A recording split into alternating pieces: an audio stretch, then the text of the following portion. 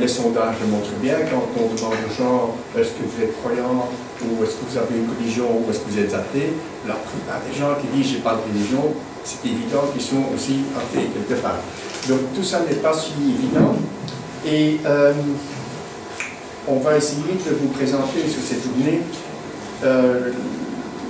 l'athéisme dans différentes parties du monde, pour laquelle nous avons trouvé des orateurs compétents, qui vous expliqueront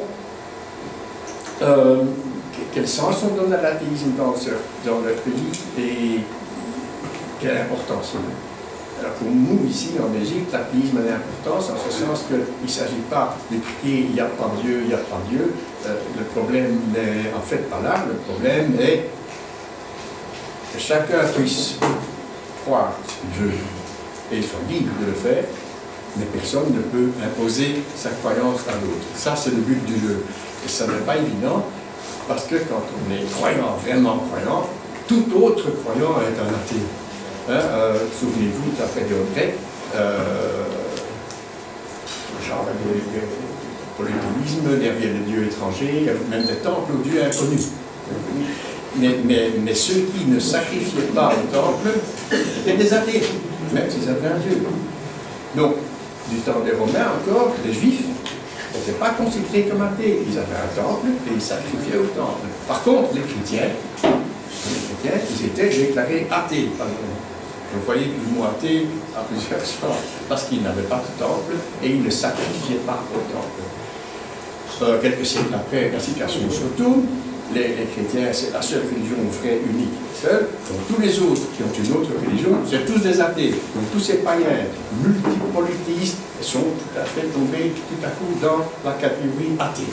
Donc c'est assez complexe comme mot en fonction des circonstances, mais il faut bien dire l'athée au sens du mot grec, c'est athéos, qui n'a pas de Dieu. Donc c'est vite à ça. Voilà, et on va donc vous présenter quelques aspects de cet athéisme dans le monde, avec des gens très compétents. Donc le premier sera M. Jean Roubès, qui est professeur à l'Université libre de Bruxelles. Il est traducteur de Václav Havel. Il nous parlera de l'athéisme en Tchéquie, une troisième voie de l'histoire et de la politique. Avant que M. Roubès prenne la parole, je dois d'expliciter un peu ce choix et ce programme qui sont un petit peu prévus. En réalité, justifier le colloque lui-même n'est pas très compliqué quand on se donne comme objectif d'accroître la visibilité de l'athéisme, élargir son champ de recherche au monde entier, aujourd'hui est logique. C'est un rite aujourd'hui un peu de dire que effectivement le monde est un village, c'est un rite un peu ancien, et nous allons voir aujourd'hui que c'est à la fois vrai, mais à la fois faux. Parce que, en travaillant sur ce colloque et son programme, nous nous sommes rendus compte, effectivement, des spécificités de bien des pays. Il y a certes des tendances générales, et certains vont s'exprimer sur un ensemble de pays qui ont des liens et qui ont une cohérence de problèmes, mais simplifié en parlant par continent entier, nous nous sommes vite rendus compte que ça n'était pas sans péril. Et donc nous avons fait des choix parmi ce que nous avons nous proposons. Il y avait un choix de départ, c'est qu'on ne parlerait pas de l'Europe de l'Ouest, ça n'a pas été, c'était le choix de départ, le sens de ce colloque pour nous ici en Belgique. C'était que l'Europe de l'Ouest, non pas que la problématique soit à ce point connue, ce n'est pas tout à fait exact, mais que l'intérêt était de nous ouvrir à d'autres univers. C'est ce que nous avons voulu faire aujourd'hui. Alors, au-delà de ça, ça a suscité quelques difficultés. La première, ça a été le monde musulman.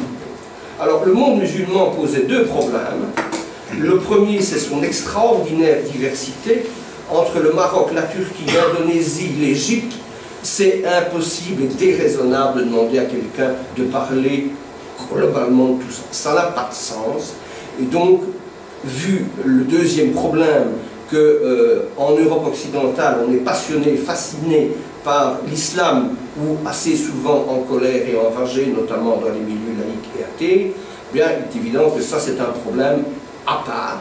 Il y avait aussi que dans nos régions, nous le savons bien, c'est un problème passablement passionnel et qu'il ne faut pas aborder simplement par un exposé, si bon soit-il. Donc là, nous avons dû l'écarter aussi. Pour le reste, nous avons essayé de couvrir les choses, non sans difficulté. On a, figurez-vous, même essayé de voir si l'Afrique noire, indépendamment de sa partie musulmane aujourd'hui au nord, si l'Afrique noire ne pouvait pas être traitée. Figurez-vous qu'il y a un théologien camerounais qui a publié il y a quelques années, 6-7 ans, ça commence peut-être à dater, un important ouvrage, je pense que c'était sa thèse de doctorat, sur l'incroyance en Afrique noire.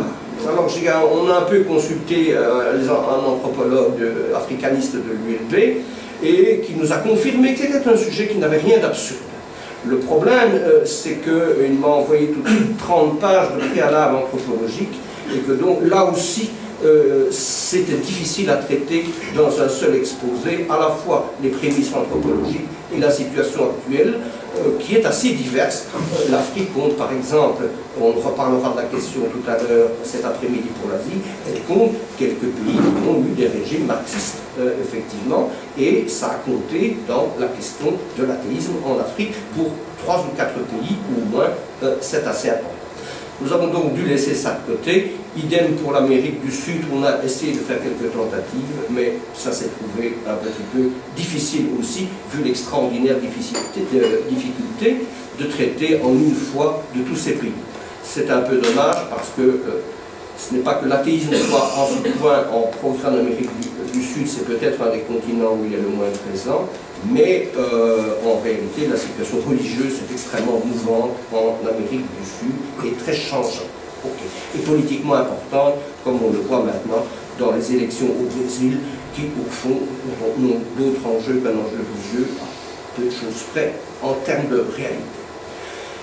Donc voilà ce que je voulais vous dire. Bien entendu, nous sommes une association certainement militante, on ne peut pas chasser. Ceci étant dit, aujourd'hui, les orateurs sont des scientifiques et vont parler en tant que tels, en tant que scientifiques, indépendamment bien entendu de tout engagement, même si cet après-midi, nous aurons le plaisir d'entendre quelqu'un qui est aussi comme nous, pour le continent indien, sinon là aussi un homme engagé. Voilà la raison d'être de ce colloque, ce que nous avons voulu. Je voulais vous l'exposer brièvement, avant de céder la parole à M. Mitch. Non, je donne donc la parole à M. Jean Rodez, professeur à l'Université libre de Bruxelles, traducteur de Marc Ravel, et qui va nous parler de l'athéisme dans le sécu, une troisième voie entre l'histoire et la politique. Merci, Monsieur le Président. Voilà, on commence par la Tchéquie, un petit pays de l'Europe centrale, mais qui a la particularité dans le contexte de notre colloque que c'est un pays qui est considéré comme un des plus athées, plus laïques d'Europe, voire pratiquement du monde. Alors, son cas est, de ce point de vue, instructif, et je pense qu'il mérite l'attention qu'on va y porter. Alors, je voudrais commencer par l'état des lieux, expliquer en fait quelle est la situation des croyants, des non-croyants, des laïcs, des athées en République tchèque, et puis essayer d'expliquer, du point de vue plutôt historique, sociologique, les causes de cette situation. Et à la fin, évidemment, quelques conclusions vont s'imposer. Alors, au moment où le communisme s'est effondré, on a les premières statistiques qui nous intéressent en 1991. À ce moment-là, il y a 4 millions de personnes qui se considèrent comme croyants. On est encore à l'époque de la Tchécoslovaquie, il y a 15 millions d'habitants. Les statistiques vont changer à partir de 1993 parce que la Tchécoslovaquie, comme vous le savez, se scinde en République tchèque d'un côté et République slovaque de l'autre. Néanmoins, on peut considérer que les statistiques que je présente ici, les 4 millions, c'est-à-dire 40% de personnes de la population, ne concernent que la République tchèque. En Slovaquie, la situation est différente. La Slovaquie est considérée comme 2 fois plus croyante que la République tchèque. Je reviendrai brièvement cela encore. Donc, sur 10 millions d'habitants, 4 millions se considèrent comme croyants. Les statistiques suivantes datent de 10 ans plus tard, 2001. À ce moment-là, il n'y a plus 4 millions, mais seulement 2 740 000 personnes qui se déclarent croyants. 2005, il n'y a que 1 900 000 personnes qui se considèrent comme croyants. Et la dernière statistique dont je dispose date de 2011, et il y a 1 080 000 personnes qui se considèrent comme croyants. Donc on peut dire que c'est 10% de la population. Sur ces 10%, on peut dire que la majorité écrasante sont catholiques, parce qu'il n'y a que, selon ces statistiques-là, que 50 000 protestants. C'est l'église évangélique tchécoslovaque, qui s'appelle toujours ainsi, c'est-à-dire une église qui est créée en 1918 comme une sorte de branche de protestantisme, comme une église nationale, et elle a quelques 50 000 fidèles, croyants, ce qui représente 50% de protestants de 1991. J'espère que vous retrouvez dans les chiffres. Donc c'est à peu près la moitié de ceux qui se considèrent comme protestants au moment de la chute du communisme. Et il n'y a en 2011 que 50 000 protestants. Alors évidemment, comme toutes les statistiques, vous savez, un ami a dit, les statistiques c'est comme le bikini, ça dévoile tout mais pas l'essentiel. Donc comme toutes les statistiques, il faut prendre celles-ci aussi avec quelques réserves. Elles ne prennent en considération que des personnes qui appartiennent à une église, qui se déclarent appartenir à une église. Alors peut-être pour être plus précis, plus proche de la vérité, je crois que le nombre de croyants est plus élevé que ces 10% qui sortent des statistiques, que cela se situe autour de 15-16% de la population tchèque. Alors quand même, par rapport à d'autres pays d'Europe, c'est un chiffre extrêmement bas, parce que la République tchèque est suivie probablement par l'Estonie et la Suède, où le nombre de croyants s'élève à quelques 18%. Mais peut-être que vous avez d'autres informations plus précises sur les autres pays que je ne recherchais pas systématiquement. Alors, selon les statistiques des églises, en République tchèque, il y a entre 400 et 500 000 personnes, donc à peu près un demi-million de personnes, qui fréquentent plus ou moins régulièrement les offices de dimanche et les jours des fêtes religieuses. Alors, je rappelle, ces statistiques, les dernières, concernent uniquement la République tchèque, c'est-à-dire les deux régions, la Bohême et la Moravie.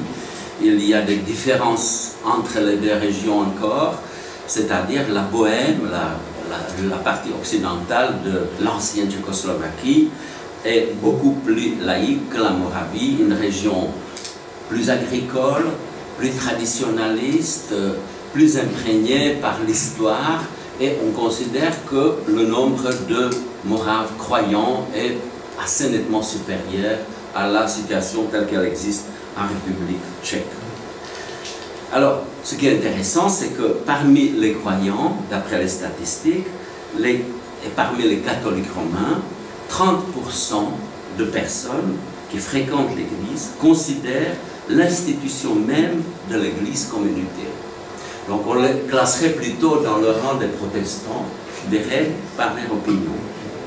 Et encore quelques derniers chiffres.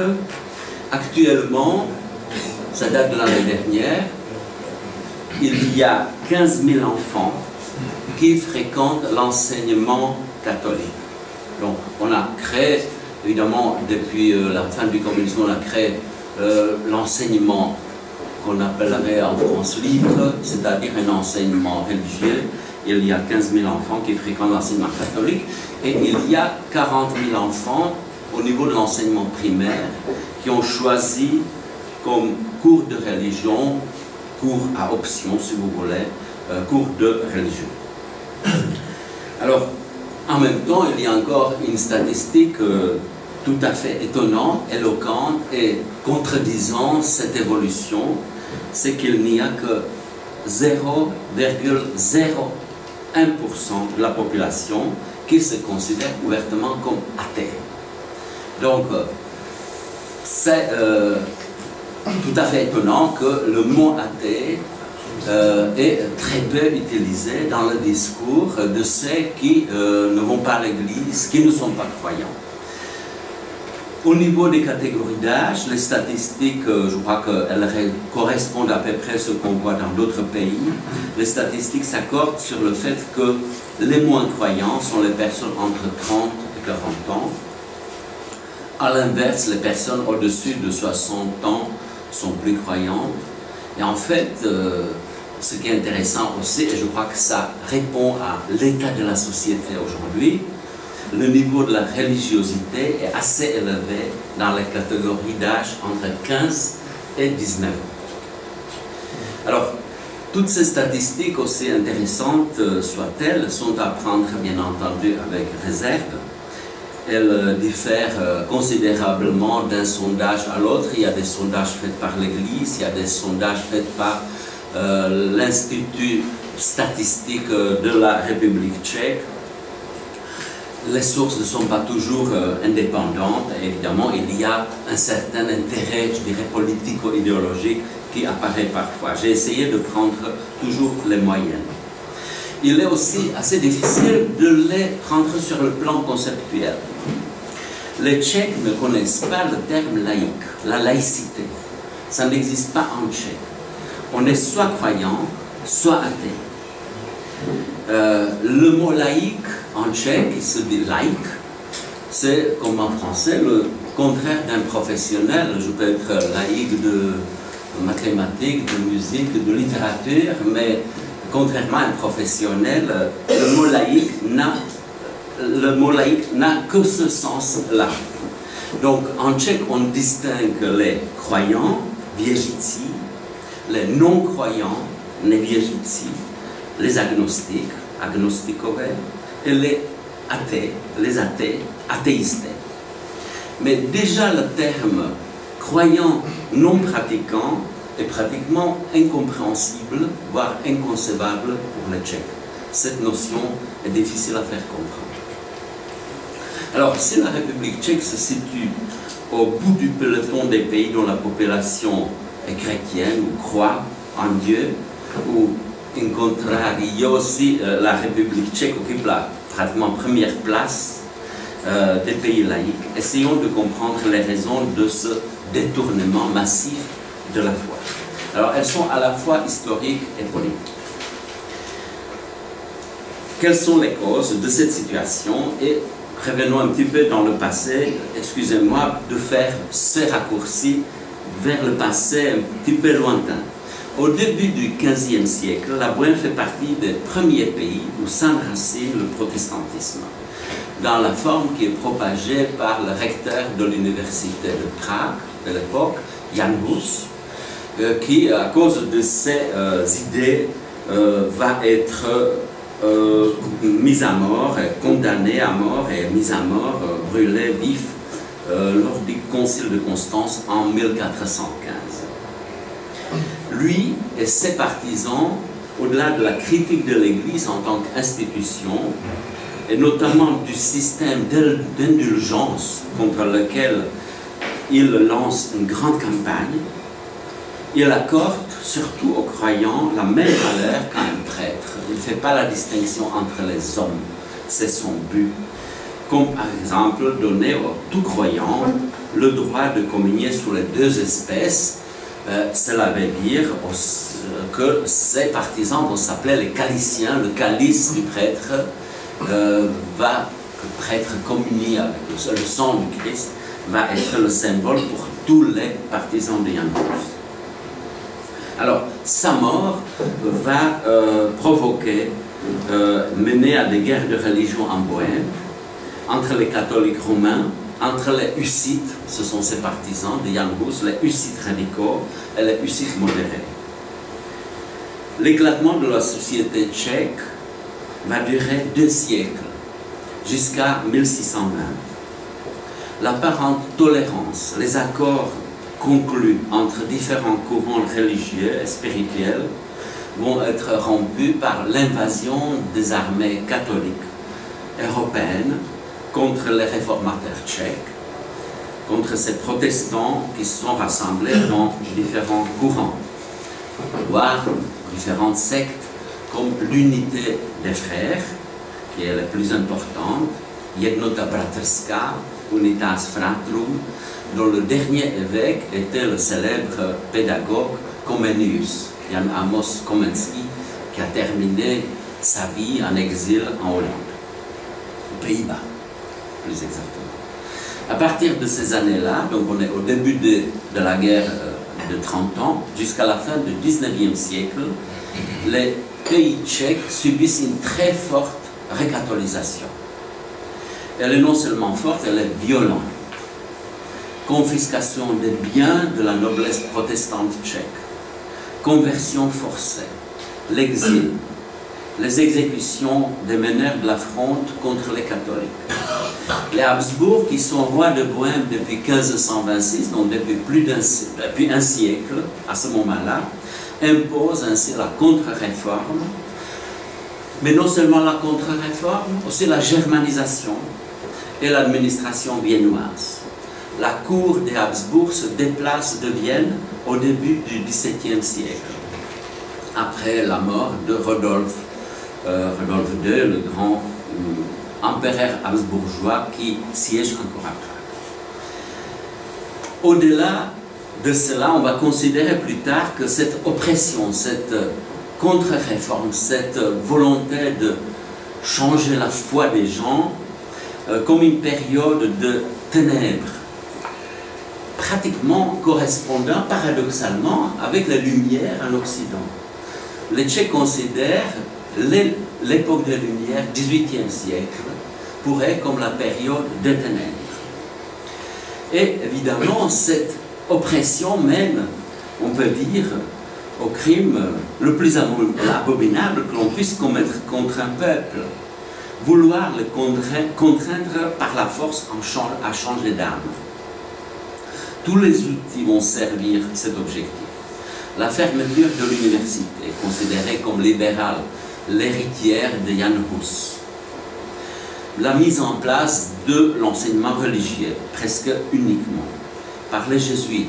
On construit le Clementinum à Prague, le grand bâtiment qui va remplacer l'université. L'édification des églises baroques, on en est fiers aujourd'hui. La baroquisation des églises gothiques.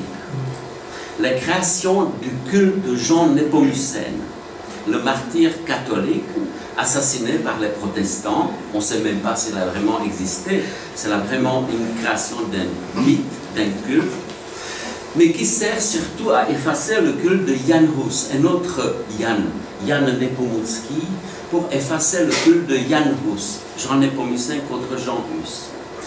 Des processions forcées, des processions des croyants, suppression du tchèque de l'enseignement excepté les écoles primaires, l'établissement de nouveaux ordres religieux qui viennent de Prague, qui viennent d'Espagne le plus souvent, etc., etc. Le tchèque est voué à la disparition. Il est préservé uniquement dans les campagnes par des cantors, par la population paysanne. La noblesse est germanisée. Elle est bien confisquée par la bataille de la Montagne Blanche, donc 1620, c'est-à-dire l'armée catholique qui écrase les protestants tchèques. Ces biens sont vendus à la noblesse allemande, italienne et française qui s'établit sur les terres de la Bohême. Ainsi, les nouvelles élites tchèques qui apparaissent au début du XIXe siècle viennent des couches populaires. C'est donc par en bas que va se construire la nouvelle conscience nationale. Ce sont ces couches populaires, cultivées, qui vont porter l'idéal de l'identité tchèque contre tout ce qui est germanique. Le paradoxe est que ces élites, ces nouvelles élites ne parlent pas bien tchèque. Smetana, qui est fondateur de la musique nationale, vers la fin de sa vie encore, devait faire corriger les articles sur la musique qu'il écrivait en tchèque par des amis qui parlaient mieux tchèque que lui. Même lui, il s'exprimait presque exclusivement en allemand. Mais néanmoins, ce sont ces couches populaires qui vont porter l'idée de l'identité tchèque contre l'Église catholique, bien sûr, qui est le symbole de l'oppression de cette âme tchèque historique, contre l'administration et contre la politique de Vienne. Ceci à un tel point que pendant de longues années, les députés tchèques vont boycotter le Reichsrat. Ils vont lancer cette politique d'obstruction et tourner le dos au pouvoir central, notamment après ce qu'on appelle le compromis, Ausgleich, 1867, c'est-à-dire la date où l'Empire d'Autriche se fédéralise pour créer l'Autriche-Hongrie et qui établit donc cette double monarchie. Blessés par le privilège qu'ont obtenu les Hongrois par la non-reconnaissance des droits à accorder aux populations slaves au sein de l'Empire austro-hongrois, je rappelle que ces populations slaves sont majoritaires, les Tchèques vont donc changer de stratégie, ce qui va avoir un impact extrêmement profond sur leur avenir. Toutes les forces intellectuelles de ce peuple, de la nation, vont se concentrer à prouver le droit à l'existence tchèque et à l'identité tchèque, non plus par la lutte politique, mais par la culture. Là où d'autres nations se manifestent par la lutte politique, les Italiens, on est dans la période de l'unification de l'Italie, les Allemands, on est à la période de la création de l'Allemagne, les Serbes dans la lutte contre l'Empire ottoman, les Hongrois pour avoir les droits au sein de l'Empire austro-hongrois, le Tchèque se détourne complètement de la vie politique pour se consacrer exclusivement à leur vie culturelle. On crée des académies, on va bâtir le théâtre national, on va créer le musée national, on fonde des archives de la nation, des associations de musique, des associations sportives comme Sokol, les cercles culturels, etc., etc. Tout cela échappe, je dirais presque joyeusement, à la pression de l'Église qui se fait, et se fait avec un consentement parfois tacite, parfois conscient de Vienne, parce que cela ne gêne apparemment en rien de la vie politique de l'Empire. Le travail des historiens est, on sait bien à quel point il est important au XIXe siècle, au moment où se forment les nations modernes, va dans le même sens. František Palacký, qui est le plus grand historien tchèque du XIXe siècle, écrit sa monumentale histoire de la nation tchèque à partir de 1848, d'abord en allemand, puis il continue en tchèque. Sa vision de l'histoire tchèque est basée sur la confrontation ethnique. La nation tchèque se construit depuis le XIe siècle à travers du conflit tchéco-allemand et du conflit religieux entre les protestants hussites contre les catholiques autrichiens. À partir du XVe siècle, pour lui, les Tchèques défendent la religion hussite, mais sont forcés de se convertir. Les Allemands, ou les Autrichiens après, victorieux et oppressants, imposent le catholicisme. C'est cette opposition qui est constructrice de l'identité tchèque pour lui et pour les historiens du XIXe siècle. Et on se reconnaît encore jusqu'à aujourd'hui dans cette vision du passé. Nous sommes les victimes et nous devons défendre nos acquis.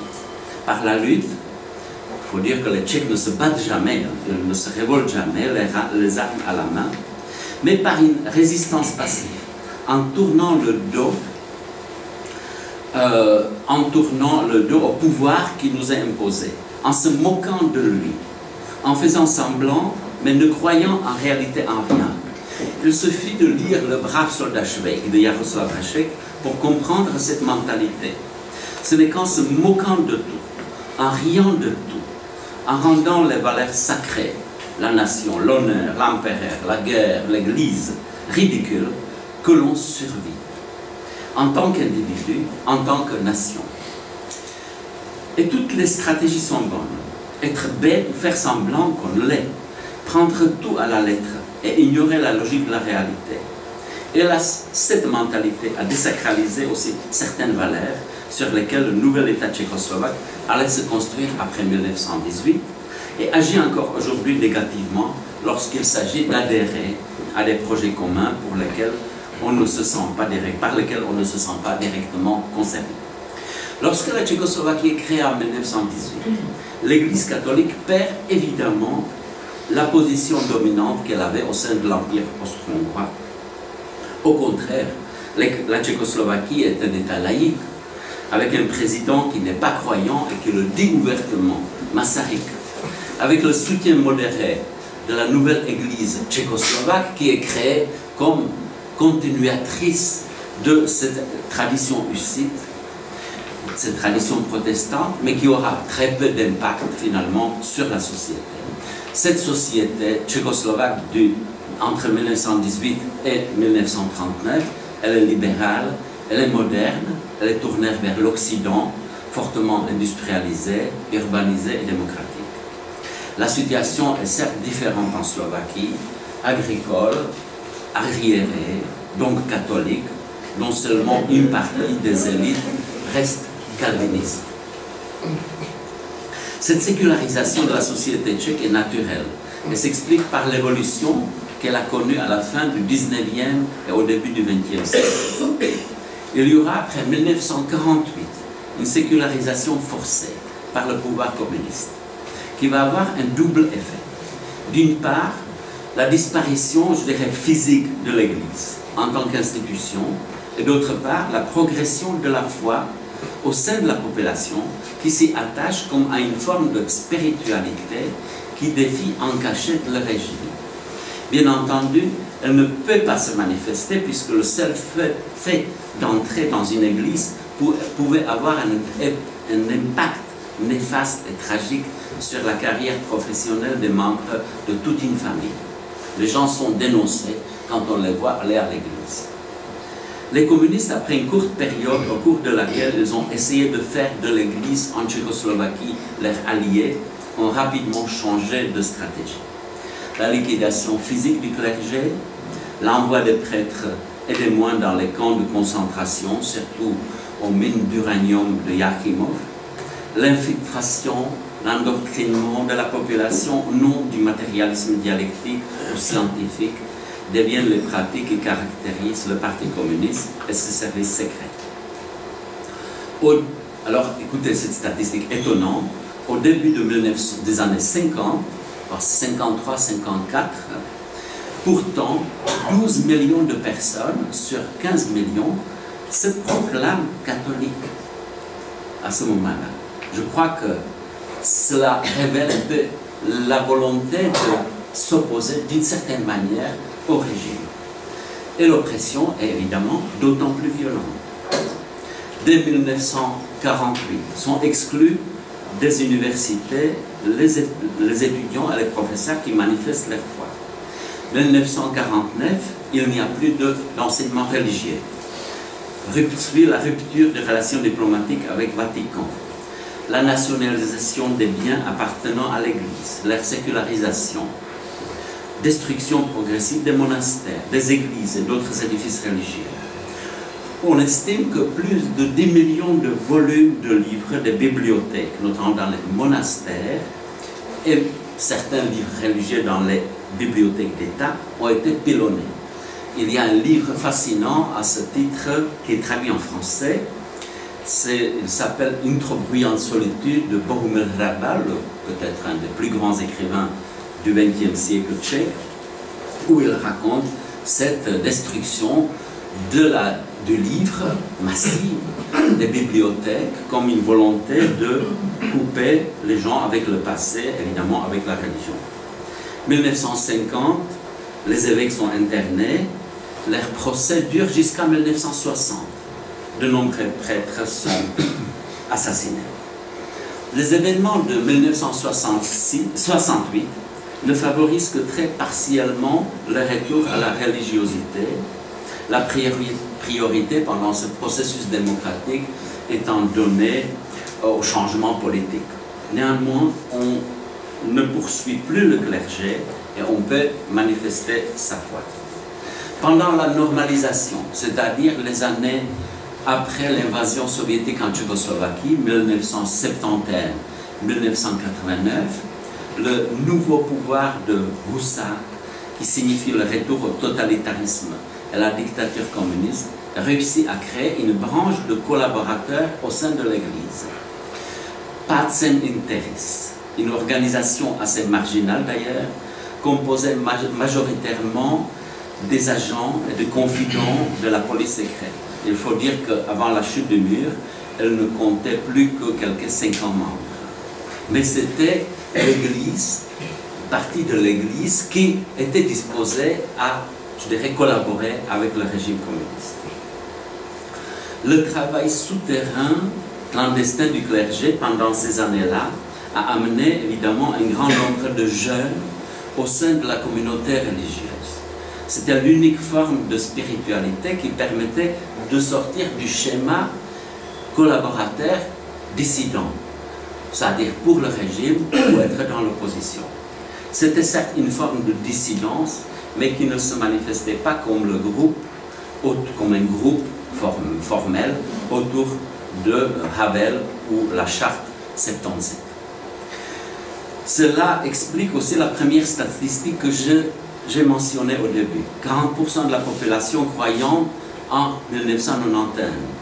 Tout l'effort de la politique antireligieuse du régime communiste s'avère dans une large mesure ainsi antiproductive.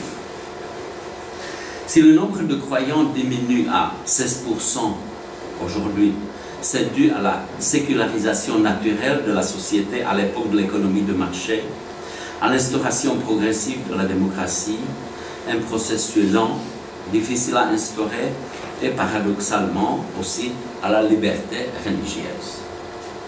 Mais à cela s'ajoute, et c'est ma conclusion, les facteurs historiques que j'ai mentionnés. L'opposition à la germanisation qui est assimilée au pouvoir de l'Église catholique, soutenue comme une forme d'idéologie d'État par les Habsbourg. Ensuite, tout au long du 19e et 20e siècle, le questionnement sur l'identité tchèque.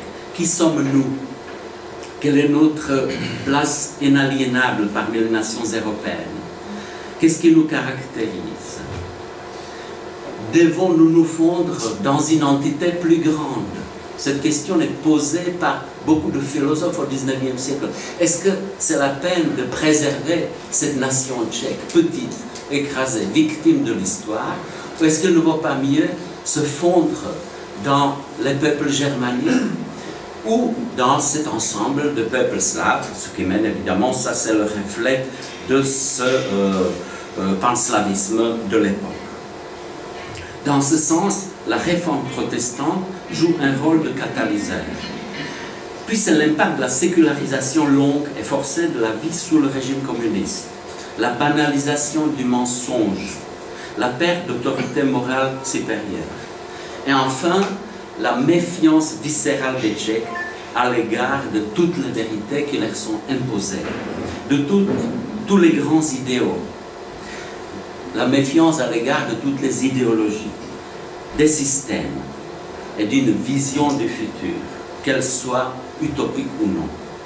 Je dirais que cela, cette caractéristique, c'est leur qualité, mais c'est aussi probablement leur plus grand défaut. Je vous remercie.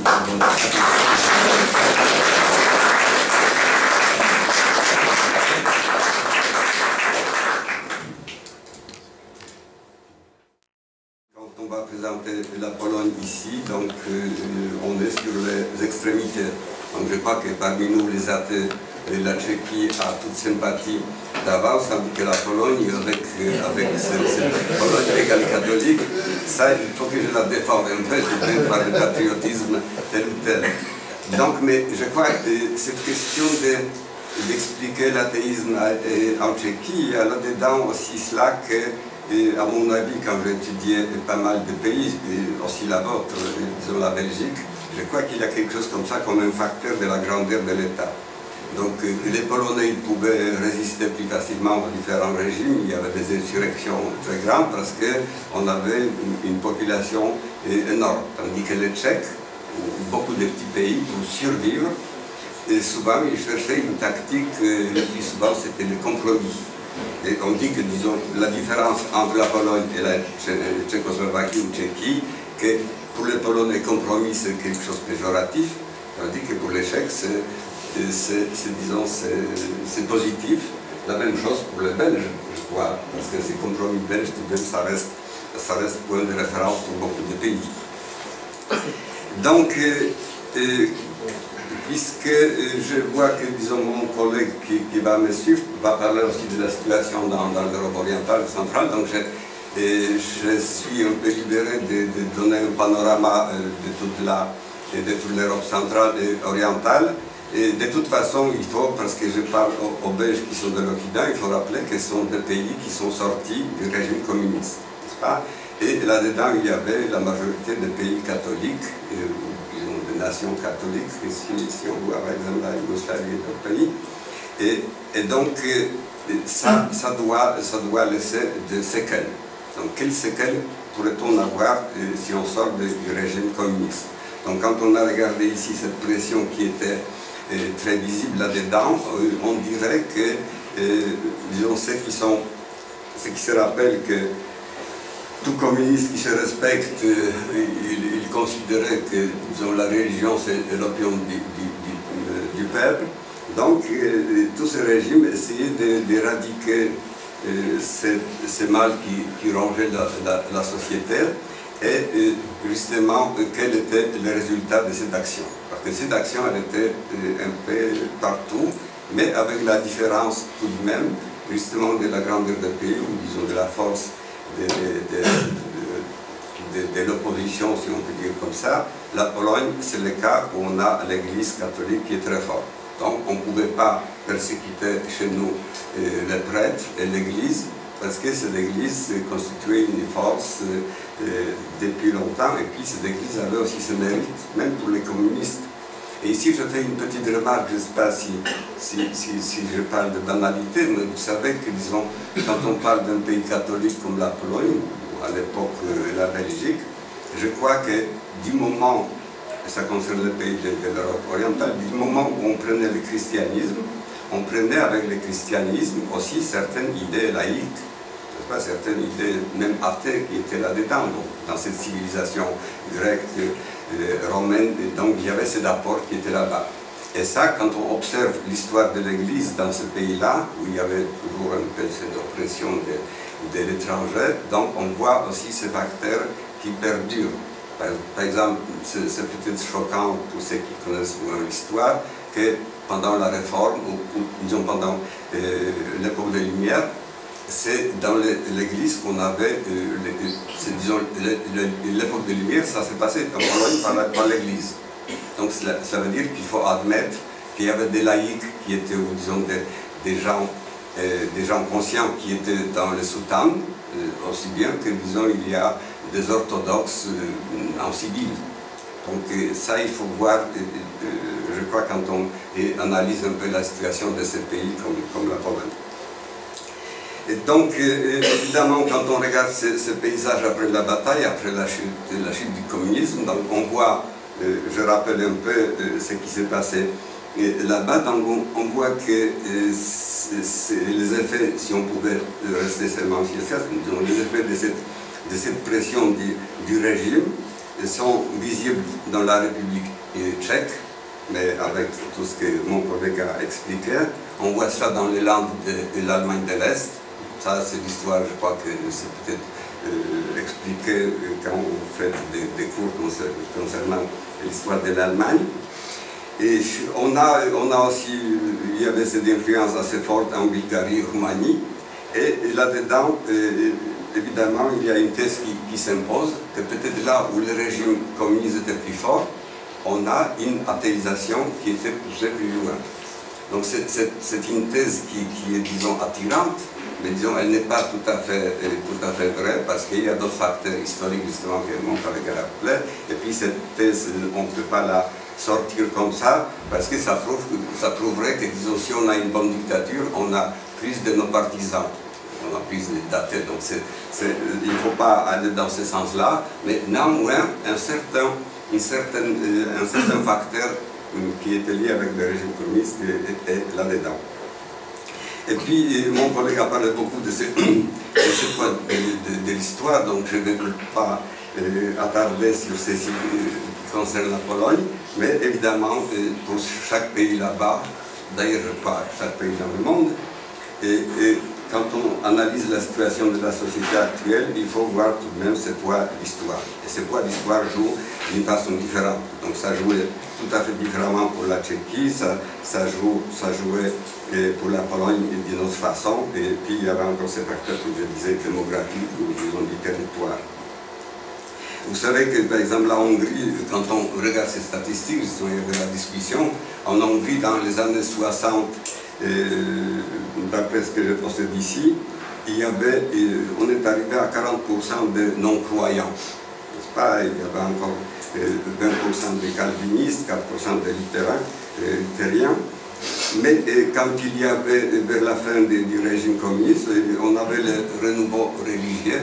C'est la notion qui correspond aussi à tout ce qui se passe dans d'autres pays. Et dans ces cas-là, on a 70%, disons, des gens qui sont catholiques. Donc cela prouve qu'il y a des facteurs qui jouent entre-temps, parce que si on se souvient en 1956, tout ce qui est passé avec Vicenti, tout cela, donc on devrait attendre que cette influence de l'Église doit être plus forte dans les années 60, tandis que non, c'est plutôt dans les années 80. Et l'explication que je cherche à cela, donc il y a certains qui disent que c'était quelque chose, disons, parallèle avec la crise du régime. Donc peut-être cette thèse est à fonder, parce qu'elle explique peut-être certaines choses, et aussi la grandeur du pays dans le cas de la Hongrie, qui pourrait jouer ici. Tandis que maintenant, je dois expliquer certaines choses qui s'est passé, parce que tout de même, il y avait des associations athées officielles qui étaient en Pologne. Moi, j'étais le membre de ces associations. Et comme je suis un peu une fossile qui parle, donc je pourrais vous donner mes impressions. Ces réunions de nos associations, ça s'appelait l'association pour la propagation de la culture laïque. Donc je me souviens sous le régime communiste, c'est devenu un peu, disons, comme la routine. On s'est rencontrés, il y avait quelqu'un qui donnait un speech, et puis finalement, donc, on faisait quelque chose de rituel. Et là-dedans, il n'y avait pas de cette passion, disons, pour lutter. Donc, on faisait ça parce qu'on le voulait manifester, disons, ses convictions d'une telle ou telle façon. Mais je veux dire cela que, disons, c'est quelque chose qui s'est passé là-bas, où, à l'époque, entre deux guerres, il y avait des libres penseurs, il y avait des athées qui le faisaient par conviction, et il y avait de grands noms, des scientifiques, enfin on se rapportait à Marie Curie, qui est, comme vous le savez, polonaise d'origine. Donc tout cela, quand ces gens-là, sous le régime communiste, étaient pris, disons, leur association continuait à exister, mais il y avait cette emprise du communisme, et au lieu, disons, de tolérance, de pluralité, de convictions qu'on pouvait y avoir, donc on était obligé de servir un régime communiste. Donc ceci explique pourquoi ces associations athées, qui étaient tellement développées, finissaient par presque disparaître ou faisaient quelque chose, disons, semblant. Et qu'est-ce qui se passe quand le régime communiste tombe? Donc on a le triomphe de l'Église catholique. Ça, c'est visible, je crois, j'écris un article à ce propos dans les années 90, c'était étonnant, ça donnait dans quelques pays la réaction qu'il y avait post-communistes qui sont arrivés au pouvoir, n'est-ce pas, donc c'était la réaction. Et puis pour les athées, parce que c'est le sujet qui nous intéresse, il y avait une prolifération des organisations qui se créaient. Moi je me rappelle, on a essayé d'organiser, il y avait des collègues qui venaient de France, peut-être de la Belgique aussi, à une époque donnée, oui, je me souviens, on a essayé, parce qu'il y avait un grand intérêt. Moi, je me souviens, si vous permettez, qu'on a commencé à créer, ça a commencé par Cracovie, des clubs de Condorcet. Il y avait tout un réseau, mais au bout de certains temps, moi j'étais occupé par mes obligations. Mon collègue, qui est un philosophe qui s'occupait de cela, il a disparu quelque part. Enfin, Donc de toute façon, je n'ai même pas remarqué comment on s'était éloigné de cela. Maintenant, quand j'ai essayé par Google de vérifier le club Condorcet, il n'y avait aucune mention. Donc ça n'existe plus, ça a disparu. Donc c'est le cas de beaucoup d'organisations, c'est que, pour disons, simplifier des choses, ceux qui sont nés dans les années 90 ont disparu ensuite, et puis quand on regarde il y a quelques années, c'était vraiment le vide. Les statistiques disaient qu'il y a 80 ou 97% de catholiques en Pologne, et quand vous regardez les statistiques, parce que mon collègue a trouvé des statistiques, mais en Pologne, quand vous regardez des statistiques, vous voyez rien du tout. Il y a par exemple ces statistiques officielles sous le même nom qui étaient citées ici. Donc là, on énumère qu'il y a, disons, toutes les confessions existantes en Pologne. On a compté ça 163, mais on n'a pas aucune mention des athées. Donc dans ces annuaires statistiques, il n'y a pas. Si vous regardez, disons, les statistiques de l'Église, c'est pareil, parce que là, on chercherait plutôt, disons, des apostates, ceux qui ont quitté l'Église, mais non plus, vous ne trouverez pas. Donc il y a une espèce d'omerta, si on peut dire comme ça, à propos des athées, ils ont disparu tout à fait des statistiques de la surface aussi. Pourquoi ça se fait comme ça? Donc j'ai cherché l'explication parce que j'ai la mienne qui signifie, disons, un peu la paresse, et puis la différence de génération. On était tout de même marqué par le régime communiste, et on a fait, si on faisait une association polonais égale catholique, ensuite on faisait l'association athée égale communiste, donc ça jouait beaucoup. Donc cette génération se mettait à la marge. Et puis l'Église qui triomphe, et cette Église qui est regardée de cette façon qu'il a aussi des mérites. Cette Église qui a des mérites parce qu'il a contribué à la disparition du régime communiste. Et puis, ce qui est intéressant, comme je dis qu'il y a toujours un petit courant laïque dans l'Église, il y avait l'Église qui, à l'époque communiste, dans les années 80, c'est à l'église que vous pouvez trouver des gens d'opposition qui pouvaient donner des cours. Il y avait les athées même qui venaient là-bas, ou les gens qui étaient déistes, comme on l'appelait, enfin même d'origine juive, ce qui avec l'église catholique, il faut souligner. Et même dans les revues qui appartenaient à l'église, où la censure était plus légère, donc c'est là-bas où il y avait des gens qui publiaient des articles qui étaient des athées même. Donc ensuite il y avait quelque chose comme disons, la reconnaissance que l'Église a joué un rôle historique dans les changements des systèmes. Je crois que c'est aussi une des raisons pourquoi les athées se sont mis à la marge. Et puis il y a une dame qui à cette époque-là, vraiment, elle travaillait beaucoup. Je me souviens, elle était aussi chez nous, Barbara Stanosz, une professeure de philosophie, et elle a signé avec 12 membres de l'association pour l'humanisme et l'éthique indépendante, qui existait dans les années 90, et ils ont signé un appel prévenant qu'il y a les fanatismes religieux et le nationalisme qui peut conduire à la théocratie sui generis. Donc il y avait cette révolte, on essayait de voir des choses très claires. Et puis elle dit qu'elle a cessé son activité, elle essaie d'expliquer pourquoi cela, et elle dit, pour ne pas, disons, citer seulement, ne pas, disons, donner seulement mon opinion, elle a dit que c'était à cause de cela et qu'on a accepté que l'Église a joué dans ce rôle positif, qu'il y avait des valeurs chrétiennes qui étaient quelque chose comme les trésors polonais. On n'allait pas encore, vous vous rappelez, et puis on avait besoin aussi de l'Église pour appuyer l'entrée dans l'Union européenne. Donc, ces facteurs d'après elle, qui ont joué cela, mais elle dit, de cette façon, on est arrivé tout de même, par ces concessions, on est arrivé à l'état confessionnel. Et beaucoup de gens qui, maintenant, ils parlent ouvertement de cet état confessionnel parce que, évidemment, il y a l'Église qui commence à jouer un rôle prépondérant. Et il faut chercher un moment où les athées se sont disons, trouvés obligés de réagir, parce qu'en étant tellement éloignés de tout ce qui s'est passé, ils voyaient aussi que leur espace de liberté disparaît. Donc, et quand on cherche ce nouveau athée,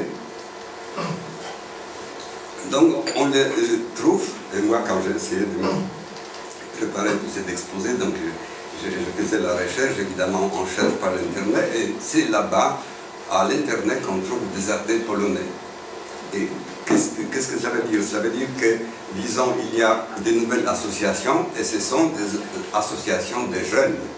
Donc il y a une nouvelle génération, on a 25 ans après la chute du communisme, il y a une nouvelle génération qui est arrivée, disons, à l'âge de penser librement, si on peut dire comme ça, et cette génération ressent le besoin de résister à l'Église et s'organiser sur les valeurs qu'ils partagent, et disons, et ils exigent avoir la possibilité d'exposer leurs valeurs, disons, de parler de leurs valeurs, de participer. Par exemple, les patriotes.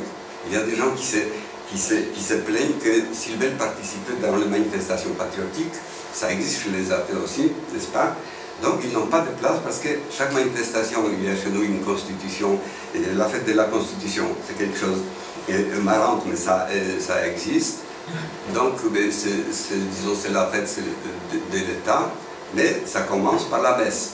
Donc pour les athées, célébrer ce moment historique où il y avait la Constitution qui était progressive, la deuxième après la Constitution française, que les Polonais soulignent, et disons, deuxième devant la Constitution américaine.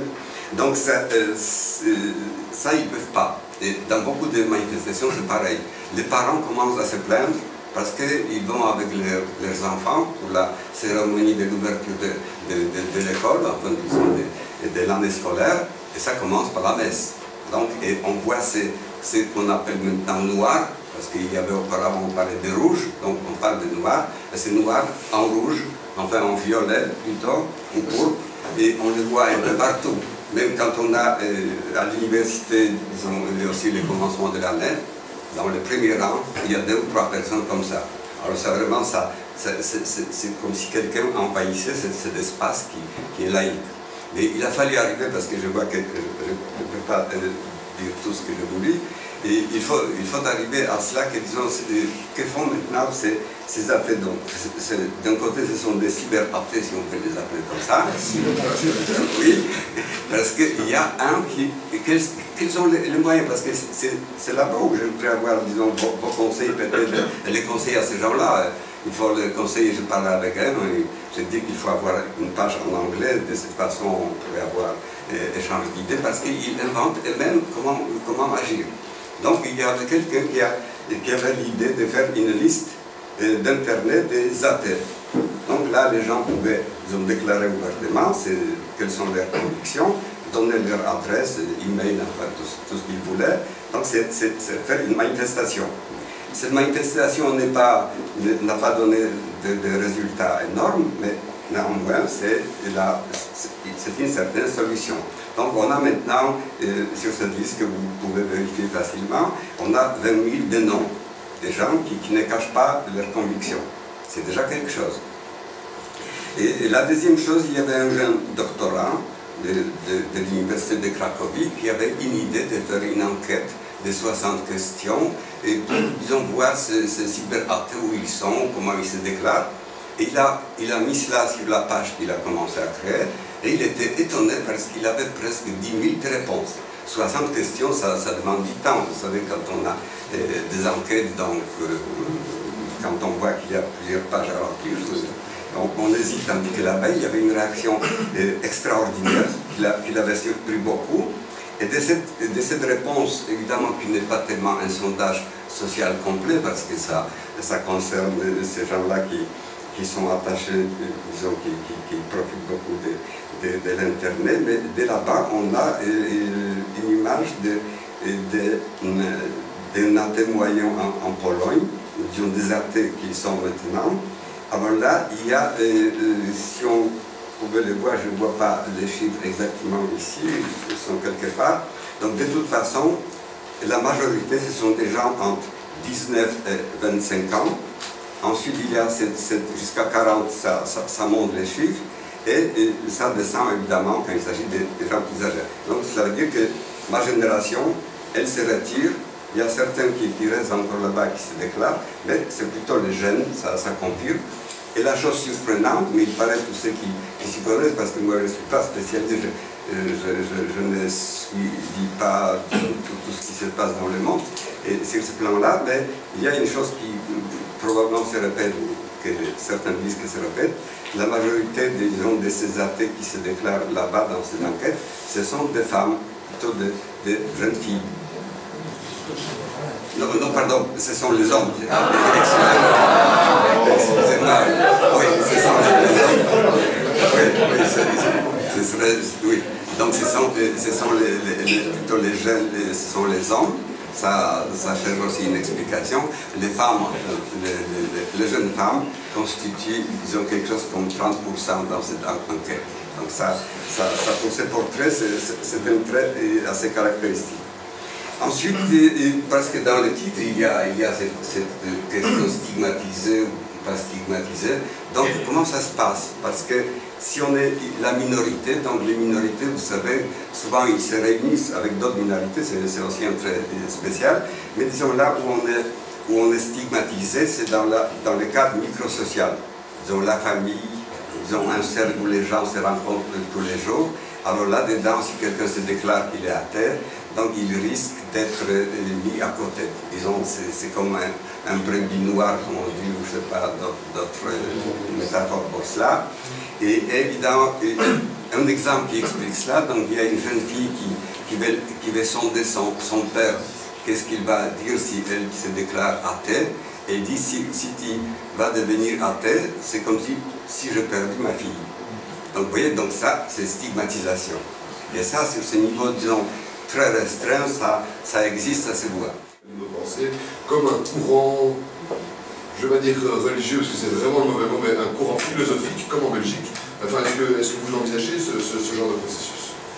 Oui, je crois que ça irait dans ce sens-là, mais là-dedans, d'après ce que Patrice a dit, donc souvent ça manque les moyens. Quand je vous montre ces jeunes gens qui s'organisent comme ça, même la page, il a appris comment faire la page à l'internet, parce qu'ils n'ont pas de moyens. Donc si les moyens viennent, je crois que peut-être ça va s'organiser dans ce sens-là un jour. Oui.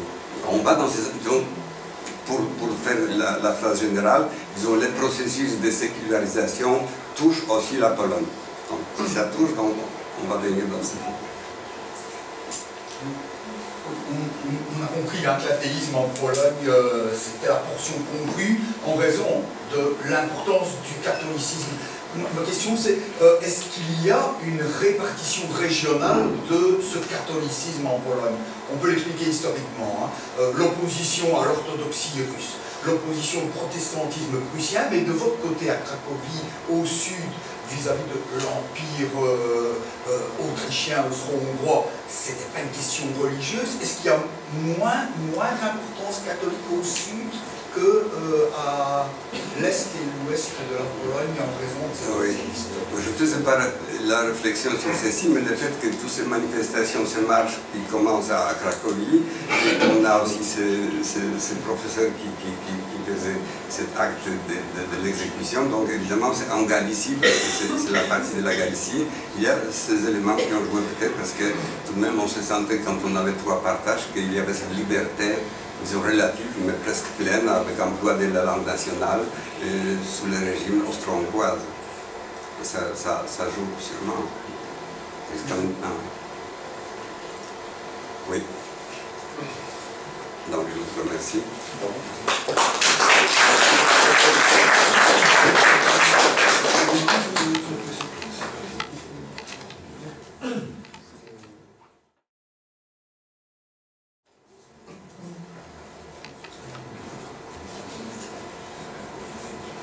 Bien, je vais passer la parole à M. Olivier Gillet, qui est un historien délégué de l'Université française, maître d'enseignement exécutif de Bruxelles, et vous nous parlez d'athéisme et orthodoxie en Europe orientale et du Sud-Est. Merci. Il est évidemment très difficile de parler de tous ces pays, bien entendu, l'ex-URSS, les Balkans, la Grèce, Ce sont des horizons historiques et culturels très différents. Bien entendu, tous ces pays ont connu le communisme, sauf la Grèce. Donc nous avons là des horizons extrêmement différents. Il faut savoir que la constitution russe dit que l'État russe est un État laïque. Et vous imaginez qu'est-ce que ça veut dire, dans quelles conditions. Et il y a eu beaucoup de commentaires sur ce État laïque, évidemment, à la constitution russe. Et d'un autre côté, la constitution grecque prévoit que l'Église orthodoxe est une Église d'État. Et finalement, on se demande, à la réflexion faite, s'il y a tellement de différences entre la situation grecque et russe. Je prends les choses de manière très rapide, évidemment, mais à réflexion, on se rend compte que la situation n'est pas si éloignée. Et donc, il y a vraiment beaucoup de choses à lire. Alors, les chiffres, évidemment, sont toujours très, très grossiers et contradictoires. Bien entendu, ces pays orthodoxes, on dit toujours, voilà, il y a entre 80 et 90% d'orthodoxes, mais qu'est-ce que ça veut dire? C'est toute la question. On dit même qu'en Russie, dans les années 2000, il y a eu une augmentation de l'orthodoxie d'environ 15%, tandis qu'il y a une diminution de 10% des personnes qui se prétendraient athées. En Grèce, bien entendu, on parle de 90% d'orthodoxes, mais parfois on trouve des chiffres de 10 à 20% d'athéisme. Pour la Serbie, il y a des chiffres plus précis, plus sérieux. Un recensement en 2002 prévoit que 80% se déclaraient orthodoxes. Ça, c'était attendu. Mais on dit 20% affirmèrent croire réellement en Dieu. Donc, vous voyez déjà la différence, 80% à l'orthodoxie, mais 20% seulement croient en Dieu. Et puis on dit, autre paradoxe, extérieurement, 0,53% se déclarent véritablement athées. Donc là, on rejoint déjà ce qui a déjà été dit, et il y a vraiment beaucoup de choses à souligner. De manière générale, avant d'entrer dans les détails, on se rend compte que le fait de... c'est tout à fait une situation différente d'ailleurs de l'Europe centrale dominée par le catholicisme, c'est que dans l'orthodoxie, on va avoir des gens qui vont aussi se prétendre athées, mais pas du tout s'opposer à l'Église orthodoxe ou à la religion orthodoxe. Donc il faut faire aussi attention. Donc ce sont des situations assez complexes et qui en fait s'expliquent tout simplement par le statut du religieux dans l'orthodoxie et par les fondements même de l'orthodoxie dans la société. Évidemment, c'est un peu long à développer, mais je vais aborder quelques points très rapidement. Très rapidement, sur le passé communiste, aussi, beaucoup de choses ont été dites, si ce n'est que dans les pays orthodoxes surtout, il y a eu une collaboration très importante des églises orthodoxes avec les États communistes. Jusqu'au point que beaucoup de membres de la hiérarchie, d'ailleurs, faisaient partie du KGB, la Sécurité, etc., dans les pays communistes. Alors curieusement, c'est un phénomène qui n'a pas tellement entamé l'image de l'Église orthodoxe. Un peu au début, mais ça n'a pas duré. Je dois dire que, évidemment, aujourd'hui, cette collaboration entre l'Église et l'État est toujours farouchement niée, même si tout le monde le sait plus ou moins, mais en fait, on ne le dit pas. Mais l'Église orthodoxe n'en est pas sortie spécialement meurtrie de cette collaboration, parce que, évidemment, on trouve toujours toutes les explications et les raisons de cette collaboration, c'est un autre problème. Mais donc, cet aspect-là n'a pas tellement entamé le prestige de l'institution ecclésiastique orthodoxe. Alors évidemment, il y a toute la question des persécutions qui ont finalement eu un effet inverse, on le sait bien.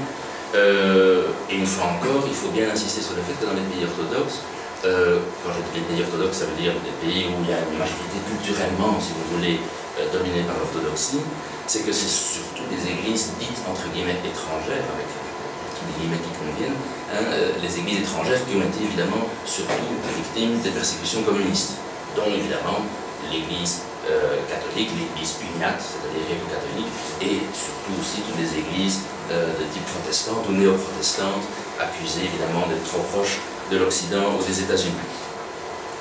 Alors évidemment, vraiment le problème qui se pose, c'est la question de cette fameuse orthodoxie et de dégager des points qui justement permettent de comprendre plus facilement pourquoi finalement entre la Grèce et la Russie, il n'y a pas tant de différence que cela, même si on est évidemment dans des environnements culturels et géographiques tout à fait différents, mais si on se focalise sur la question de l'orthodoxie. Et c'est ça qui est intéressant, qui peut me permettre de voir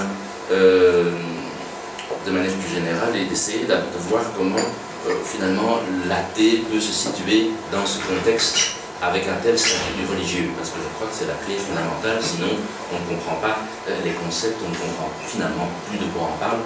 On parle d'athéisme, laïcité, séparation de l'Église et l'État, mais tout ça en monde orthodoxe, qu'est-ce que ça veut vraiment dire? C'est évidemment extrêmement complexe.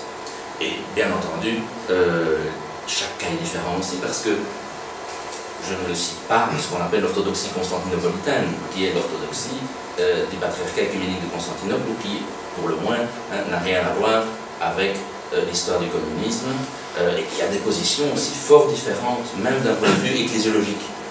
Quand je parle d'ecclésiologie, c'est-à-dire de tout ce qui concerne en particulier les rapports entre l'Église et l'État, le statut d'individu au sein de l'Église, de la religion, et donc il faut se rendre compte que même au sein même de l'orthodoxie, il y a des points de vue très différents, et Constantinople, d'ailleurs, je vous le dis d'emblée, et puis j'en parlerai, s'oppose à des prises de position, il y a des attitudes telles qu'on trouve à Moscou, ou en Grèce, ou en Roumanie, ou en Serbie. Donc il faut vraiment spécifier cela, parce que je ne voudrais pas être trop caricatural, même s'il faut résumer les choses. Alors, ce qui est très important dans le monde orthodoxe, c'est que c'est la primauté des églises locales, comme on dit. Bon, alors, ça ne pose pas de problème, l'église de Roumanie, l'église de Serbie, de Grèce, de Russie. Mais là où les problèmes commencent, c'est qu'il y a eu au XIXe siècle ce que j'appelle un glissement sémantique entre des églises locales et des églises nationales. Et tellement loin que, au sens national tout à fait le plus restreint du terme, c'est-à-dire véritablement de l'ethnicité. Et de l'ethnicité jusque dans les cas les plus extrêmes, encore de la race, et tel qu'on le verra entre deux guerres et pendant la Seconde Guerre mondiale. Et cette conception, ça s'appelle l'ethnophilétisme. C'est un terme un peu complexe, mais ça veut dire ceci. L'ethnos, c'est-à-dire la nation en grec, se traduit par phylon, c'est-à-dire la race, l'espèce, le genre. Et ce qui veut dire que dans toutes les conceptions ecclésiologiques, chaque fois qu'on a le concept de nation, au sens large, selon l'exégèse biblique classique, eh bien on est là dans une conception tout à fait racialiste. Et donc au XIXe siècle, pour faire court, eh bien les églises locales, c'est-à-dire surtout bulgares, grecques, roumaines, serbes et puis russes, vont concevoir cette église locale, autocéphale comme on dit, c'est-à-dire indépendante, se gouvernant elle-même sur base d'une notion de nation ethnique. Donc, on peut évidemment gloser beaucoup sur cette ethnicité, parce que c'est encore un autre problème, mais ça veut dire il y aura une église roumaine, une église serbe. Mais ça veut dire qu'en Roumanie, les Serbes auront leur église serbe, ils ne font pas partie de l'église roumaine. Il faut bien comprendre cela. Et donc ça veut dire que tous les concepts d'ethnicité vont être tout à fait intégrés dans la lecture des Écritures, la lecture de l'ecclésiologie, etc., au point qu'on ne fera plus la différence. On aura en fait, c'est ce que les orthodoxes de Constantinople eux-mêmes appellent une conception finalement tout à fait sécularisée, avec aussi tous les guillemets, voire laïcisée, mais en réalité d'une église tout à fait étatisée qui ne parvient plus à se démarquer de l'État. Ça, c'est encore rien. Le problème, c'est que l'Église ne pourra plus se démarquer non plus, et l'orthodoxie ne peut plus se démarquer de la nation. Et donc, forcément, de l'identité culturelle, l'identité nationale, la culture, etc., etc. Et ça devient, évidemment, parfois, j'ose le dire, parfois à titre irrationnel, même voire hystérique dans certains cas, parce qu'on arrive à certaines formes de clérico-fascisme, l'expression n'est pas de moi, elle s'utilise en Serbie, pour dire à quel point eh bien, l'Église orthodoxe est tellement liée à ce fait national et forcément donc, au nationalisme, il faut bien le dire. Et donc, c'est une conception, il faut souligner aussi, que Constantinople, le patriarcat, avec les églises orientales, a tout à fait condamné par un concile en 1872, pour condamner cette intrusion de la notion tout à fait séculière de nation et d'ethnicité dans les structures mêmes de l'Église. Et donc, si on dit éventuellement qu'en Pologne, le catholicisme est lié à la polonitude ou à l'identité polonaise, Ici, on est dans un contexte beaucoup plus fort parce qu'on a vraiment cette identification qui se trouve dans la lecture même des évangiles, dans la lecture même de l'ecclésiologie, ce qui est un stade beaucoup plus loin, évidemment. Bon, et c'est pour cela d'ailleurs qu'on parle d'église phylétique.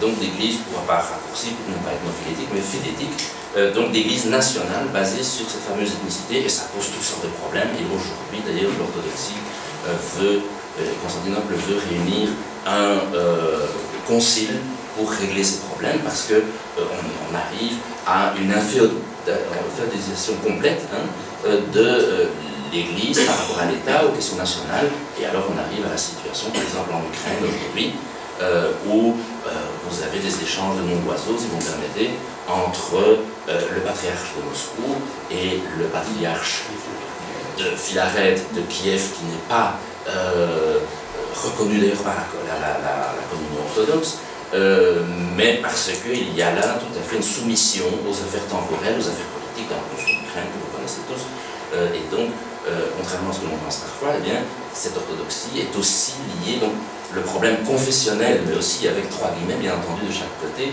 est lié au conflit actuel. Mais qu'est-ce qu'il y a encore de confessionnel et de religieux dans tout cela? C'est l'autre question, évidemment, forcément. Alors, ça c'est un premier point, donc cette domination du fait national. L'autre point, ben, c'est la question de l'anticléricalisme. Là, il y a un autre aspect encore plus complexe, simplement que je citerai, c'est qu'il faut savoir que donc, dans l'orthodoxie, les églises sont liées à l'État selon ce qu'on appelle dans l'orthodoxie une symphonie byzantine de soumission d'église à l'État. C'est assez complexe, mais ça revient à dire que le terme des orthodoxes, la symphonie ou harmonie de l'église par rapport à l'État, qui est hérité de Byzance pour faire court, mais qui implique une sorte de collaboration et de soumission de l'Église par rapport à l'institution de l'État. Alors il y a toute une théologie fondée là-dessus.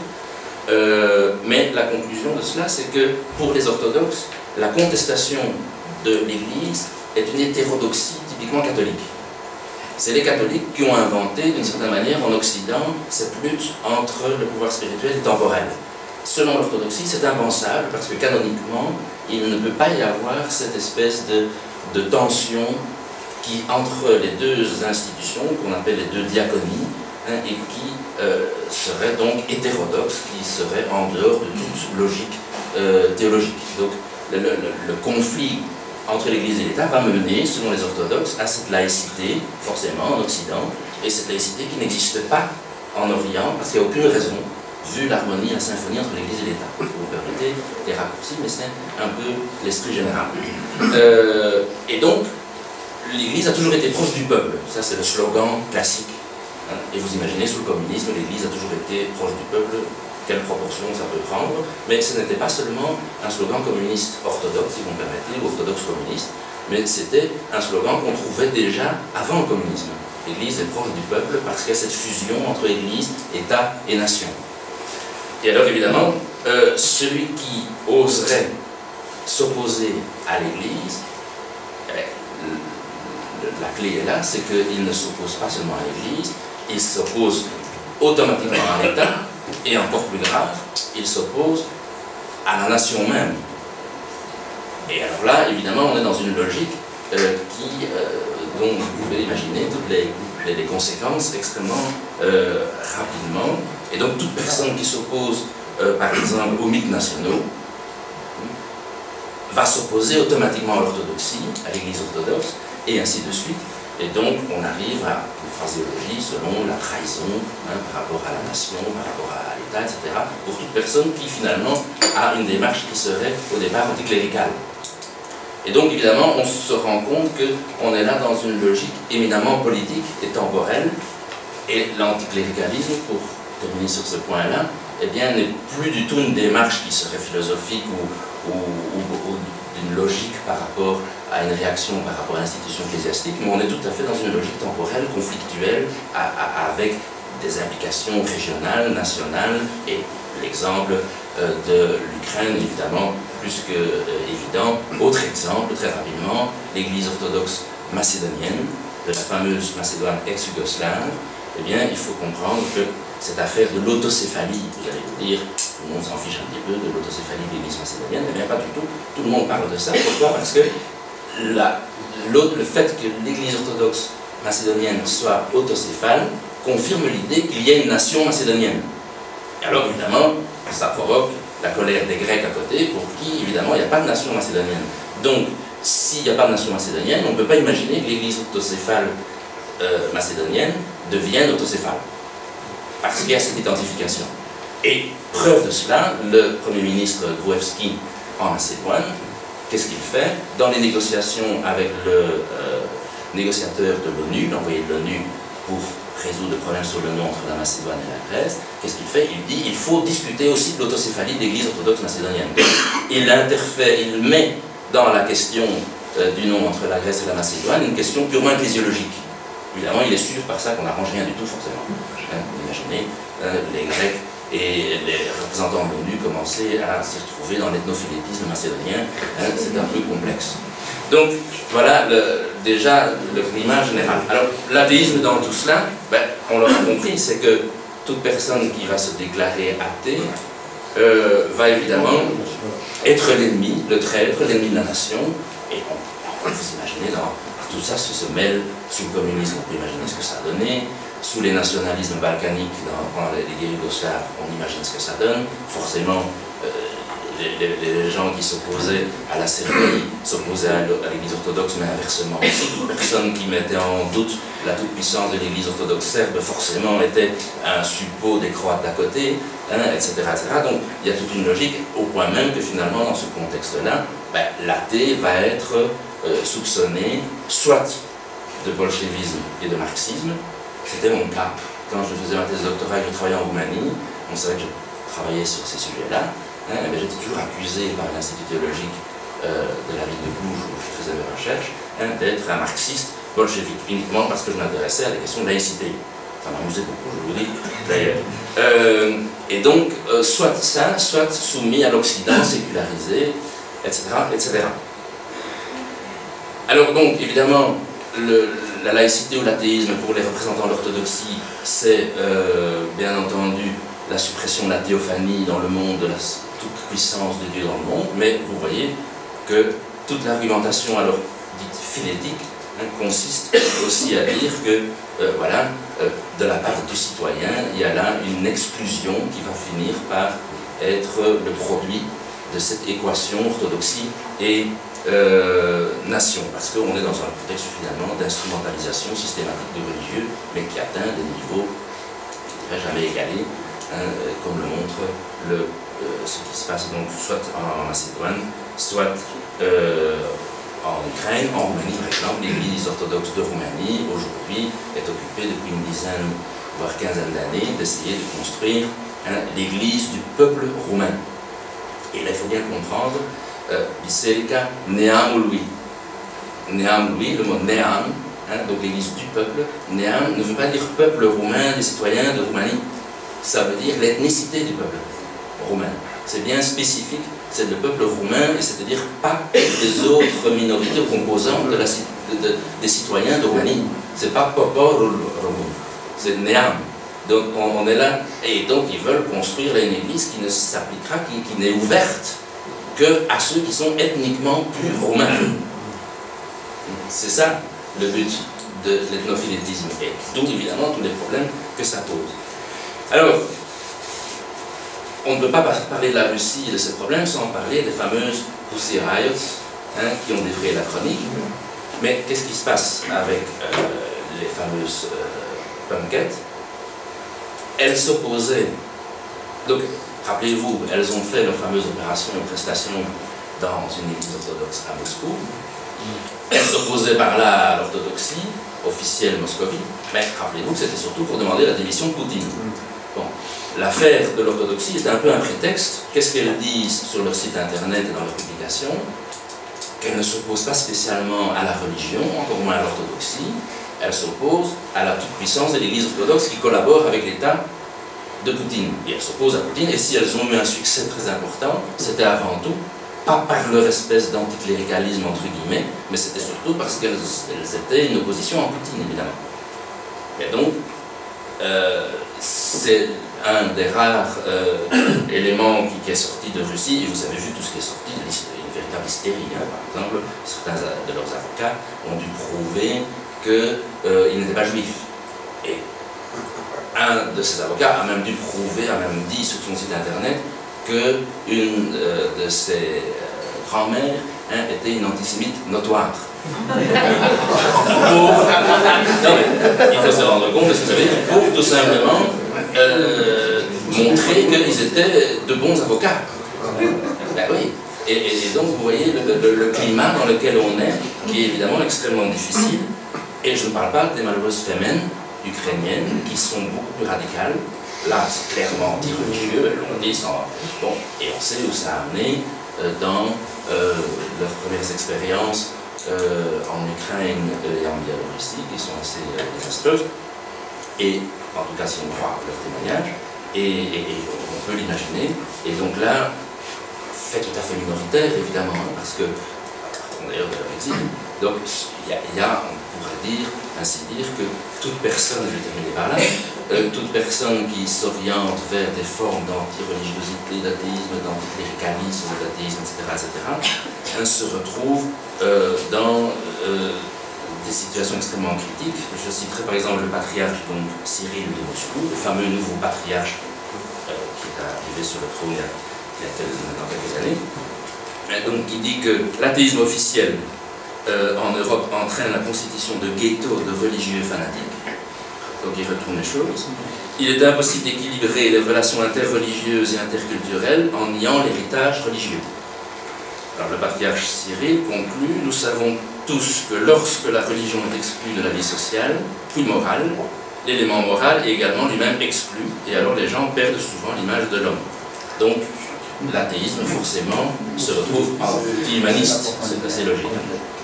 Donc maintenant, très sérieusement, pour ceux qui veulent s'orienter dans une démarche qui est plus vers un athéisme, anticléricalisme, etc., vous voyez le problème, c'est que vous avez un certain nombre, vous pourriez avoir beaucoup plus d'athées que ne disent les chiffres. Ça, c'est la première chose. Parce que, comme c'est une appartenance culturelle, nationale, etc., ça, il faut bien le comprendre sous cet angle-là. On pourra avoir les fameux 85% de Serbie qui se déclarent orthodoxes, mais parmi lesquels il y a évidemment beaucoup de gens qui ne croient pas, qui ne sont pas spécialement religieux, mais qui sont très attachés à l'orthodoxie, quand même, pour ces raisons-là. Jusque, donc, des communistes qui vont dire « nous sommes athées, mais orthodoxes ». Donc ce sont des mélanges curieux, mais qui sont tout à fait logiques, ça ne choque personne, ça ne fait rire personne, c'est une logique qui est tout à fait normale. Mais évidemment, la question qui se pose est de savoir finalement s'il est possible d'imaginer une forme d'athéisme en dehors de cette orthodoxie, sans trahir pour autant l'identité nationale. C'est ça le problème. Parce que qu'est-ce qui va se passer? C'est que si donc, vous êtes athée, vous trahissez l'identité nationale, parce que vous trahissez l'orthodoxie. Donc, c'est d'autant important pour les athées que pour les orthodoxes aussi. Parce que, justement, c'est une des raisons pour laquelle, à Constantinople, on ne souhaite pas cette sécularisation complète de l'orthodoxie et qu'on s'y oppose. Parce qu'on vit l'orthodoxie de son sens aussi. Puisqu'on vit l'orthodoxie de son sens eschatologique, sotériologique, etc. Parce que l'orthodoxie ne devient finalement qu'une idéologie politique, ou une ecclésiologie politique. Donc, les problèmes concernent autant les athées ou les anticléricaux que l'orthodoxie également. Mais il est certain qu'aujourd'hui, on va se borner à contester la collaboration de l'Église avec l'État. Ça, tout le monde le sait. Si vous allez en Serbie, en Bulgarie, en Roumanie, beaucoup de gens vont, malgré tout, sont très conscients de cette collaboration excessive, etc., de tout ce que ça a amené. Mais le pas suivant, d'aller s'orienter vers une forme d'athéisme, est exclusif. On sait qu'on est exclu, qu'on est littéralement socialement banni. Donc un politicien qui va affirmer son athéisme, il a perdu avant de commencer. C'est sûr. Il n'y a aucune chance. Donc il y a ce bannissement qui est quasiment automatique.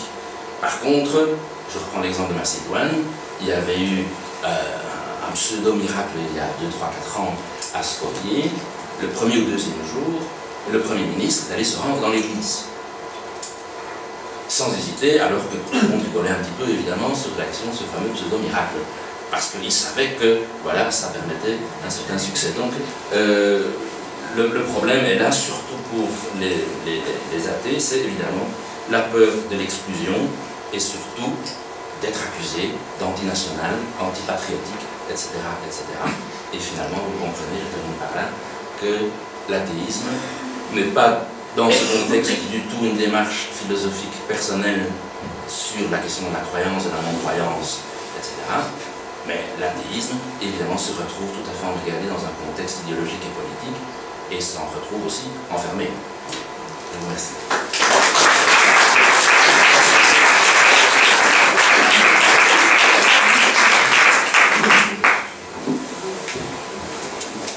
Bénédiction, oui.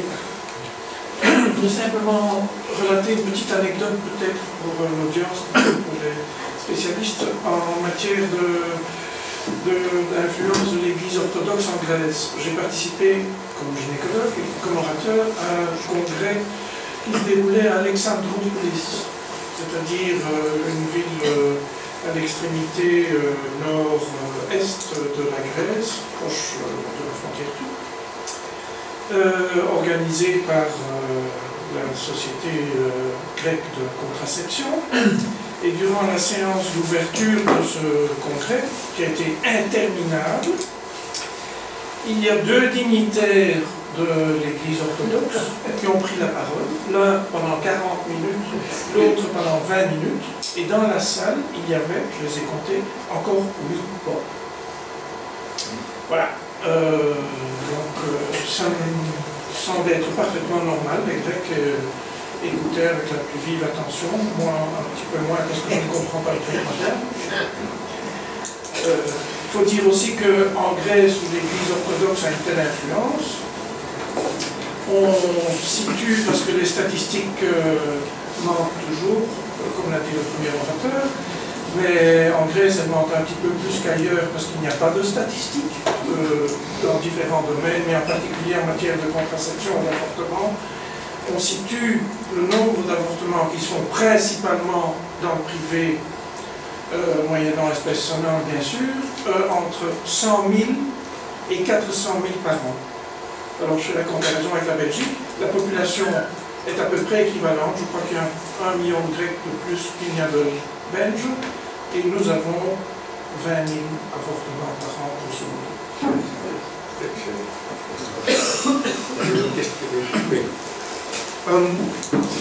Je veux aussi parler d'une anecdote qui est un peu un contrepoint, je trouve, à propos de la Yougoslavie. On disait tout à l'heure qu'éventuellement, les obsèques peuvent servir d'indicateur. Et donc j'ai fait deux voyages, encore un depuis, mais deux voyages en Yougoslavie qui m'avaient marqué, un en 69 et un en 76. Et où ce qui m'avait frappé, c'est que pour les avances nécrologiques, ça se passe d'ailleurs un peu comme en Italie, on affiche dans les rues des petites affichettes avec les gens décédés. Et ce qui m'avait frappé déjà en 69, et j'ai eu des discussions à ce sujet en 76, c'est que certaines étaient affichées orthodoxes, donc avec la croix orthodoxe dessus, d'autres envoyaient le croissant, donc ils se revendiquaient de l'islam, et puis il y avait aussi des affichettes, je dirais, civiles, strictement indiquant simplement une référence de la municipalité ou quelque chose comme ça. Okay. Dans mon souvenir, mais évidemment, je n'avais pas fait de statistiques, mais j'ai quand même un souvenir suffisamment précis pour me dire, j'en ai vu à peu près en proportion comparable, en pensant par exemple à ce que j'ai vu à Sarajevo, à ce que j'avais vu en Serbie. Et puis, en 75, 76 plutôt, j'étais à une école d'été en Croatie, donc, qui se passait dans un hôtel tenu par les syndicats. Et donc, il y avait en même temps des réunions de syndicalistes avec qui j'ai eu pas mal de discussions. Et je leur ai posé des questions à ce sujet. Et donc, ils me disaient clairement, mais donc ça rejoint ce que vous expliquez, en disant, il y a clairement, d'une part, on ne peut évidemment pas dire que ceux qui passent par les affichettes civiles sont des athées, ça c'est beaucoup trop fort, mais c'est des gens pour qui l'appartenance religieuse n'est pas décisive. Et alors ils ajoutaient, en 76, au moment où les tensions internes commençaient à monter, ils ajoutaient, et clairement, ce sont des gens qui se revendiquent plutôt ou qui sont en souhait de construction d'une identité yougoslave par opposition à l'identité croate ou serbe ou bosniaque éventuellement. Et donc, je me dis, peut-être que de ce côté-là, donc il y avait clairement la tolérance qui existait à l'égard des différentes religions, mais peut-être qu'on a vécu une période dans laquelle il y a eu une espèce de tentative pour échapper au clivage que vous avez si bien expliqué et à la confusion entre nation et religion. Un tout petit mot,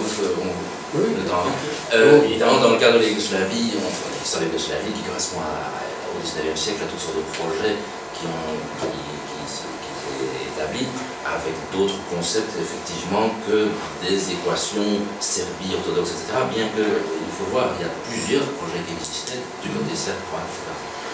Mais une chose est certaine, c'est que quand la Yougoslavie a disparu, bon, évidemment, contrairement à ce qu'on pense, qui quand même été fort déçus et qui était fort triste de tout d'un coup cet éclatement de ce projet yougoslave, ça fait pas de doute. Mais à ce moment-là, évidemment, cette inclusion de l'orthodoxie de la nation a explosé, ou a réexplosé, ça évidemment.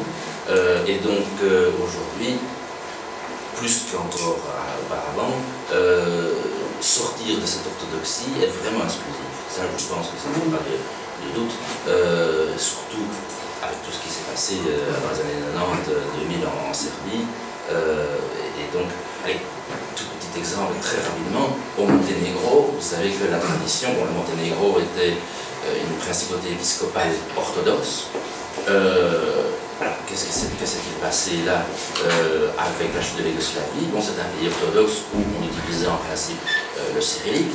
Avec la chute de la Yougoslavie, c'est l'alphabet latin qui a été pris de telle manière qu'aujourd'hui les deux sont officiels. Les deux sont officiels, ce qui n'est pas le cas en Serbie. Les deux sont officiels, mais évidemment, si vous regardez la télévision monténégrine, vous aurez tout en alphabet latin, bien plus qu'en cyrillique. Donc, qu'est-ce qui se produit? C'est que les Sèvres du Monténégro ou de Serbie accusent évidemment la croatisation du Monténégro ou sa catholisation par aussi l'abandon de l'alphabet. Donc, tout tourne autour de cela, vous voyez. C'est ce qui permet, c'est une clé de lecture qui permet de comprendre pourquoi tout d'un coup il y a ces obsessions par rapport au fait que l'alphabet latin est utilisé également. En Serbie, ils ont surtout exclu dans la Constitution l'alphabet latin. Et donc, ces questions-là sont évidemment aussi idéologiques, nationales, etc. Donc, tout est lié à cela, et évidemment, une fois encore, vous direz, mais où se retrouve le religieux là-dedans? J'en sais rien, en tout cas c'est difficile, mais une chose est certaine, c'est que ceux qui vont alors s'orienter vers une démarche plutôt athée, agnostique ou en tout cas anticléricale, vont se retrouver piégés dans ces conflits de manière assez grave. Moi, j'aurais voulu demander s'il n'y avait aucune organisation semblable à ce qu'on voit en Pologne, des jeunes qui s'organisent en Serbie ou en Russie ou en Roumanie autour de cette idée de détachement par rapport à la religion. Il y a, mais extrêmement minoritaire et avec des difficultés fort importantes, évidemment. En Macédoine, je connais assez bien, là je sais qu'il y en a qui essayent de se réunir, mais c'est très difficile. Et je vais vous donner un exemple tout simple, en parlant de technologie d'aujourd'hui. Un mouvement macédonien avec des gens qui essayent de faire passer ce type d'idée, eh bien, beaucoup de gens, parmi les jeunes, sont quand même assez d'accord, qu'ils se rendent bien compte qu'il y a un problème. Mais quand il s'agit de marquer son adhésion, par exemple via Facebook, etc., comme on connaît les réseaux sociaux, tout d'un coup tout le monde disparaît. Parce qu'on sait très bien que tout est quand même assez surveillé et on n'ose pas s'engager dans une démarche qui pourrait demain causer l'incendie de votre maison, ou que sais-je. Je veux dire, je suis un peu excessif, mais parfois on est dans ce genre de logique. Donc c'est là le problème et c'est réel, je pense. Moi j'ai trouvé votre exposé très éclairant et je vous explique pourquoi. Parce que si on se met dans une logique, disons, de sortie de religion ou des enchantements de conscience, un peu végétarien, pour le catholicisme, on a à peu près la notion de laïcité, c'est-à-dire de sortie un peu par à coup. pour le protestantisme, on trouve plutôt la notion de sécularisation, c'est-à-dire le sentiment douceur. Pour l'orthodoxie, on il n'y aurait pas de modèle ni de théorie. Et ce que vous observez, ça va permettre peut-être, au fil du temps, pour les prochaines années, de voir s'il y a un modèle spécifique qui se dégage, ou si c'est un modèle hybride.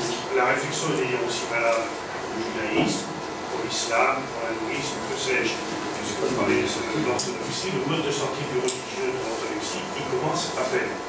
Et le travail que vous faites, ça va permettre justement de regarder finement peut-être dans 10 ans, peut-être dans 20 ans, peut-être avant, parce que ça peut venir très vite. Ce qu'on a vu en particulier au Québec ou ailleurs, des fois ça se passe en 6 mois, des fois ça se passe en 30 ans. Et justement ça, non plus on ne le sait pas. La temporalité non plus, on ne la connaît pas. Donc je dirais que c'est presque un socle pour observer comment on va pouvoir définir la sortie de l'orthodoxie et si elle se... parce qu'il faut bien regarder l'égocentrisme dans ce domaine-là. Qu'on soit français ou qu'on soit belge, on a quand même des modèles de sortie, même protestants, parce qu'on est proche d'eux. Donc on ne connaît rien à la mélange. Le travail d'identification de modèles que vous faites, à mon avis, peut l'être vraiment. Il faut quand même pas nier que dès que l'éclatement de la Yougoslavie, les répartitions entre peuples combattants, c'est selon les religions. Il n'y a pas d'issue à ça. Donc c'est quand même clair. Les catholiques, les chrétiens, les musulmans, les orthodoxes, parce qu'on disait tous les serpatés, non, les orthodoxes et les musulmans. Et le combat s'est fait entre ces trois groupes. Et donc c'est comme ça. Dès qu'on ne les tient pas, ils se battent entre eux. Oui. Juste une petite réponse. Je me demande si dans le contexte actuel,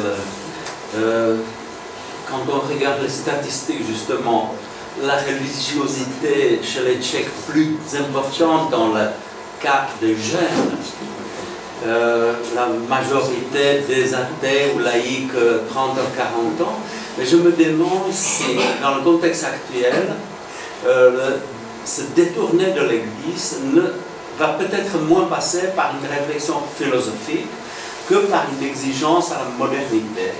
Je pense une certaine liberté sexuelle, les avortements. Je pense que de là-bas, on peut s'attendre, même en Pologne peut-être, à une sorte de revendication d'une liberté individuelle démocratique et par conséquent, le rejet de l'Église, de la religiosité, parce que c'est là, évidemment, le frein est essentiel aujourd'hui à cette situation dans laquelle notre société se trouve.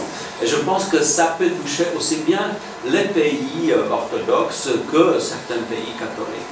Et je me demande si de là-bas, on ne peut pas s'attendre à une sorte de rejet de l'Église, plus qu'à travers une réflexion philosophique.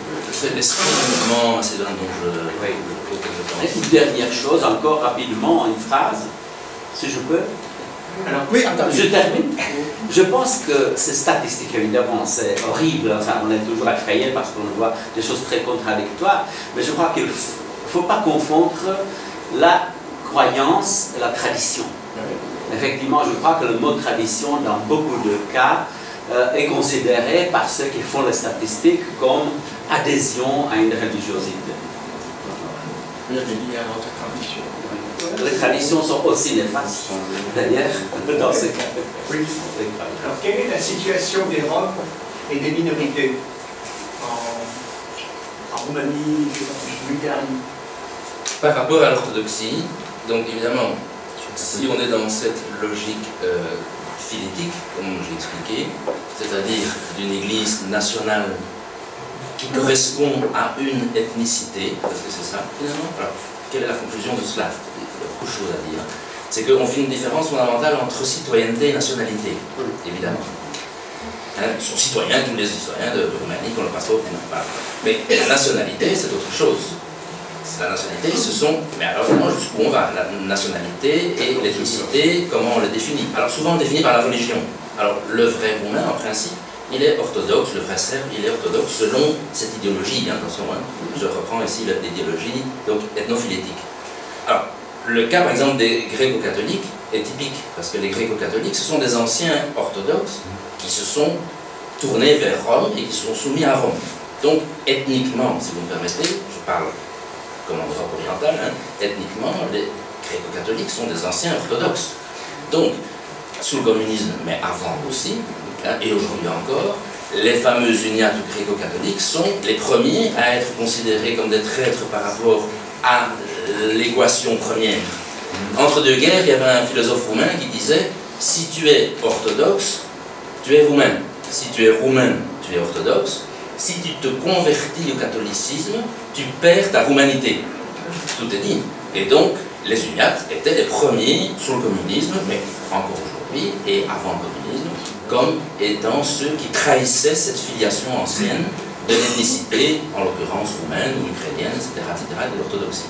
Donc toutes les minorités, au-delà de tout ça, sont encore plus périphériques, évidemment. Alors, vous parlez des Roms, il y a des Roms qui sont orthodoxes, il y a des Roms qui sont catholiques, il y a des Roms qui sont musulmans, etc., etc.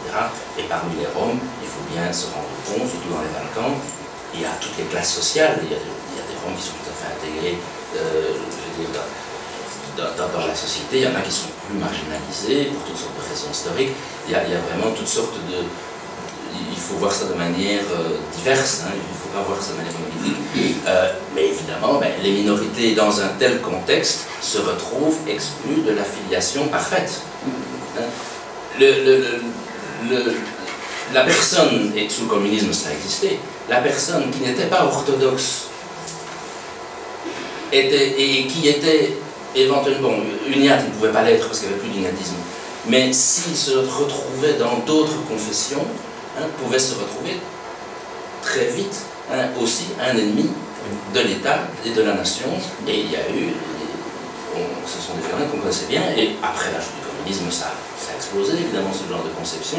Toute uniate était soumise au complot ou au projet austro-hongrois de récupération de la Transylvanie, etc., etc. Vous imaginez le discours dans lequel on s'insère. Et alors, plus on va vers les minorités, et bon, bien sûr, les Roms, là c'est encore un autre problème, mais il y a automatiquement cette exclusion de l'équation parfaite qui est inévitable et dont les minorités vont évidemment se retrouver exclues. Ça, c'est le fondement même du nationalisme philétique, si vous voulez. Mais je répète, c'est une orthodoxie non orthodoxe. Je répète parce que j'aimerais bien être clair là-dessus. Au XIXe siècle, Constantinople a condamné toutes ces conceptions comme hérésie. Il faut bien être clair. Donc, on pourrait dire que c'est une spécificité de l'orthodoxie contemporaine qui n'est pas orthodoxe, mais qui est majoritaire. Pourquoi sont-ils marginalisés chez eux alors? Qui? Les Roms qui ne sont pas orthodoxes.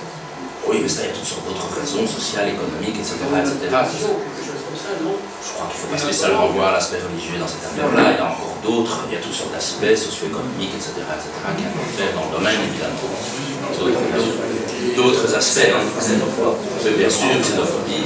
Il ne faut pas non plus trop privilégier les aspects religieux. Et vous comprenez aussi que ces aspects religieux n'en sont pas vraiment. J'ai encore une communication à vous proposer. Monsieur Jacques Degen va vous annoncer la bonne nouvelle. 2 petites minutes pour vous annoncer la prochaine activité de l'Association belge des athées. C'est un cycle de 3 conférences sur le thème athéisme et philosophie. Ce cycle des 3 mêmes conférences sera répété 3 fois. À Bruxelles, avec le soutien du département de philosophie de l'ULB, je vais vous donner les dates dans un moment. Puis à Liège, avec le soutien du département de philosophie de l'ULG, et enfin à Mons, avec le soutien de l'École des sciences humaines et sociales. Ce sont donc les 3 mêmes conférences. Alors pour Bruxelles, la première conférence aura lieu, les 3 conférences se tiennent sur le campus du Solbosch, dans le bâtiment du département de philosophie, c'est le bâtiment A du Square Chancellerie. La première conférence aura lieu le 18 novembre, toujours à 20 h, et sera donnée par le professeur Jean Bricmont de l'UCL sur athéisme et Bertrand Russell. La deuxième conférence sera le 2 décembre, donnée par le professeur Vincent de Corbiter, professeur à l'ULB et président du CRISM, sur le thème athéisme chez Jean-Paul Sartre. Et enfin, la troisième conférence sera le 16 décembre, c'est tous les 15 jours, toujours à 20h, par le professeur Damien Darcy de l'Université de Mons. Il est docteur en philosophie de l'ULG sur le thème athéisme chez Camus. Voilà. Il y aura des petits prospectus qui sont édités mais qui sont restés à la maison. On va les rechercher. On va les rechercher. On va aller chercher. Merci.